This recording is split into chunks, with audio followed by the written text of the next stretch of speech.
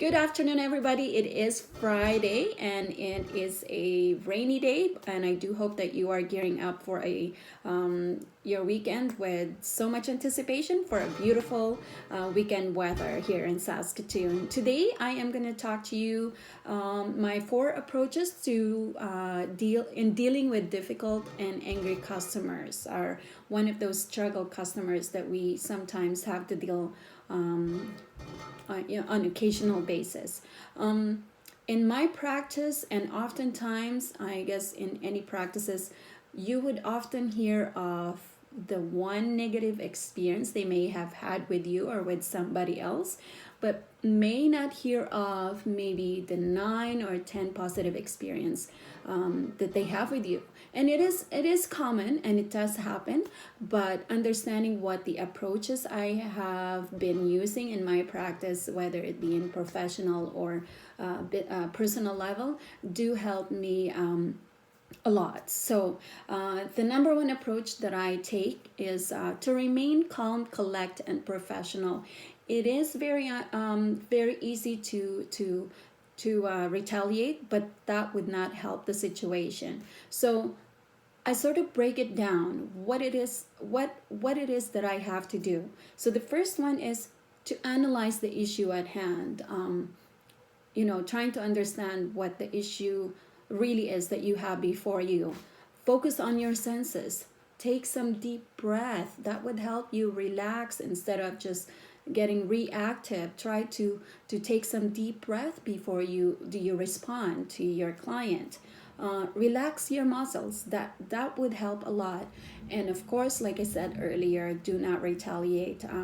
As we all know, when you retaliate to customers, that would just aggravate the situations and would escalate the level of anger and frustrations from your client, and that would not help any situation at all. So the next approach that I do is you try to understand what the client is wanting to express. And how do you do that? If you have the client in your office, for instance, maintain eye contact with them, trying to understand what it is that they are saying. Don't listen to respond, but listen to understand. Listening is an important aspect of a person's senses, and we don't always try to do that. Instead, we do the other way around, where we respond first before we try to understand. So don't listen to respond, but listen to understand. Very vital.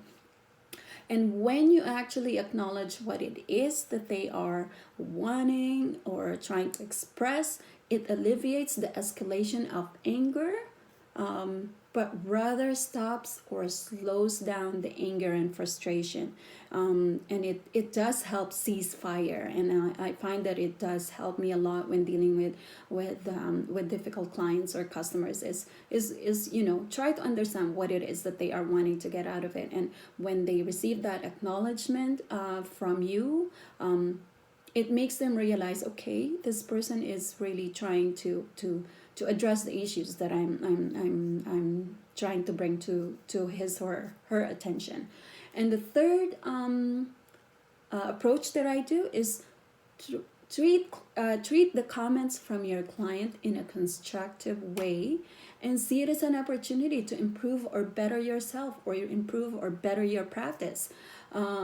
Try to understand what can you get out of this situation that can help you better or improve yourself in your business practice. It's very, very important, and I find that it is very vital in every business operation to learn how to accept criticism in a constructive way.